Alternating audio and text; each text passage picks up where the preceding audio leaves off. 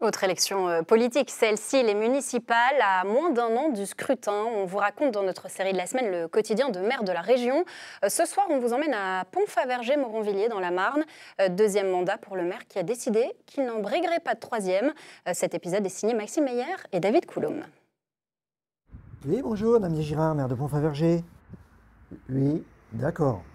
La journée ne fait que commencer et déjà beaucoup de dossiers à gérer. Et puis si ça se règle pas, vous me le dites et puis j'appellerai le vice-président. Hein? Très bien, merci, bonne journée demain, merci, au revoir. Un problème. Il y a un problème? Non, c'est réglé. La déchetterie. Problème. Le collège ne peut plus accéder à la déchetterie parce qu'ils n'ont pas une carte professionnelle.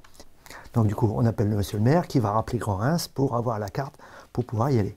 C'est un peu notre quotidien, alors du coup des petites choses qu'on peut régler facilement. Et puis des fois, il nous faut des années. Damien Girard est maire de Pont-Favergé-Moronvilliers depuis 2014. À l'époque, avec tous ses colistiers, ils n'avaient aucune expérience d'élu, mais leur implication et la passion pour ce mandat leur ont permis d'être largement réélus en 2020. Je suis originaire du village, et puis je trouvais qu'il y avait beaucoup de choses à faire sur le village, quoi. À améliorer le quotidien, améliorer pour les habitants, améliorer les services publics. On touche à tout. C'est-à-dire on va toucher sur des petits problèmes, sur des grosses choses, sur des choses à 50 €, sur des choses à 1 million. Voilà, il y a beaucoup de choses, mais c'est vraiment très intéressant.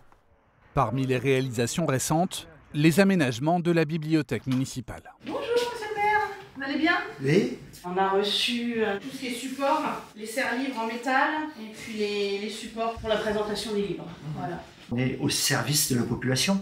Donc le service de la population, c'est la bibliothèque, c'est le gymnase, c'est la salle des fêtes, c'est tous les jeux pour les enfants. Là, on entend les assistantes maternelles qui sont là. Voilà, il faut que le village y vive. Derrière, on a le bistrot, le restaurant. On l'a racheté pour justement faire vivre le village. Et tout ça, ça fait partie d'une communauté, quoi. Et pour faire fonctionner tous ces équipements, ce sont bien sûr les équipes municipales qui sont sollicitées. Le maire et ses adjoints sont ainsi régulièrement appelés pour régler pannes et imprévus, comme ici, à la salle des fêtes. Ça fait partie de mon quotidien, de réparer un peu la chaudière, réparer l'électricité, réparer le tracteur, réparer la tondeuse. On minimise les coûts, quoi. Mais ça prend du temps. Mais ça prend du temps, oui. Une disponibilité maximale, parfois mal récompensée. Damien Girard a fait l'objet d'agressions à plusieurs reprises, des menaces verbales ou physiques qu'il a du mal à comprendre. Ça interpelle, c'est quand même assez violent. On se remet un peu en cause, quoi. On dit, mais pourquoi tant de haine? Alors c'est dommage parce qu'il y a des choses très positives, quoi.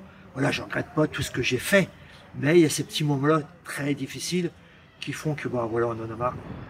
Une situation devenue d'autant plus difficile que les maires des communes du Grand Rhin se sentent parfois dépossédés de prérogatives importantes au profit de l'agglomération. Une raison, peut-être, du divorce entre les maires et leurs administrés. Le Grand Rhin, ça a apporté beaucoup financièrement. Mais c'est vrai qu'au point de vue politique, c'est compliqué. La population n'a encore pas compris qu'il y a beaucoup de choses qui ont été transférées. C'est-à-dire que les gens ils vont me dire, tiens, l'éclairage public ne marche pas. C'est pas moi, c'est Grand Rhin. L'école, c'est pas moi, c'est Grand Rhin. Oui, mais alors tu sers à rien. Ah ouais, j'essaye. Et ça, c'est compliqué vis-à-vis de la population. C'est pour toutes ces raisons que Damien Girard ne se représentera pas l'an prochain à l'élection municipale. L'occasion pour lui de profiter enfin de sa vie de jeune retraité.